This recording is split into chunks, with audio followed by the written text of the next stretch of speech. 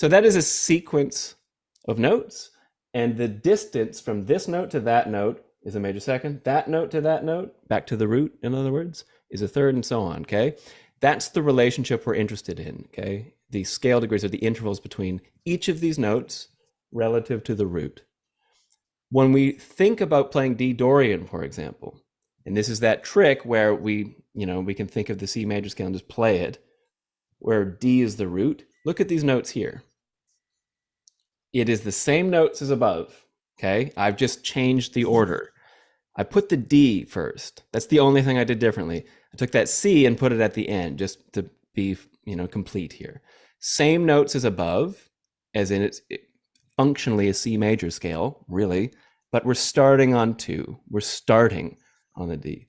And I'm going to call that note the root. I'm thinking about that like it's the root. In fact, to make my point, I'm going to put a 1 underneath it, meaning it's the root, okay? The fact that we have changed the order of the notes changes the intervals between the notes relative to the root.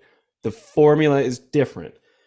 Between the notes D and E, we have a major second, reflected by a 2. But between D and F... not a major third. Exactly. Fact Daddy's... And so the intervallic kind of nature just takes care of itself, and that's why we can get away with... That's exactly right. That's why you get away with it. Sorry, yeah, that's exactly right. So basically, take a look at this. D to E, major second.